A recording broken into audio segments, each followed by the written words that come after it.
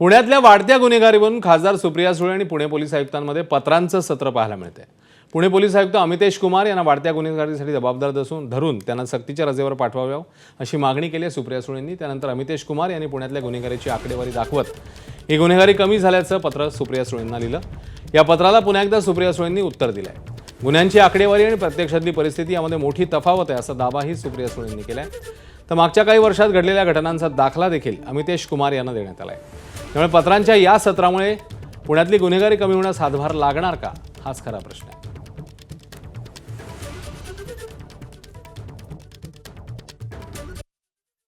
गेले कित्येक दिवस जो क्राईम वाढतोय पुण्यामध्ये त्याच्याबद्दल सातत्याने आम्ही सगळेच महाविकास आघाडी म्हणून नाही पण पुणेवर प्रेम करणारे पुणेकर म्हणून आम्ही प्रश्न मांडतो।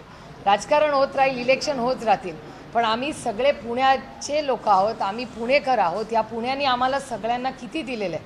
आमची नैतिक जबाबदारी नाही की जर गुन्हेगारी वाढत असेल काय आपल्या सगळ्यांच्या घरात लहान मुलं लेकी सुना नाही आहेत, मग लढायचं नाही त्याच्यासाठी। दुसरीकडे ठाकरेंच्या शिवसेनेचे आमदार अंबादास दानवेंनीही पुणे पोलीस आयुक्तांची भेट घेतली आहे। विषारी दारू प्रकरणाने शहरातली कायदा सुव्यवस्थेच्या प्रश्नावर अंबादास दानवेंनी पोलीस आयुक्तांशी चर्चा केली।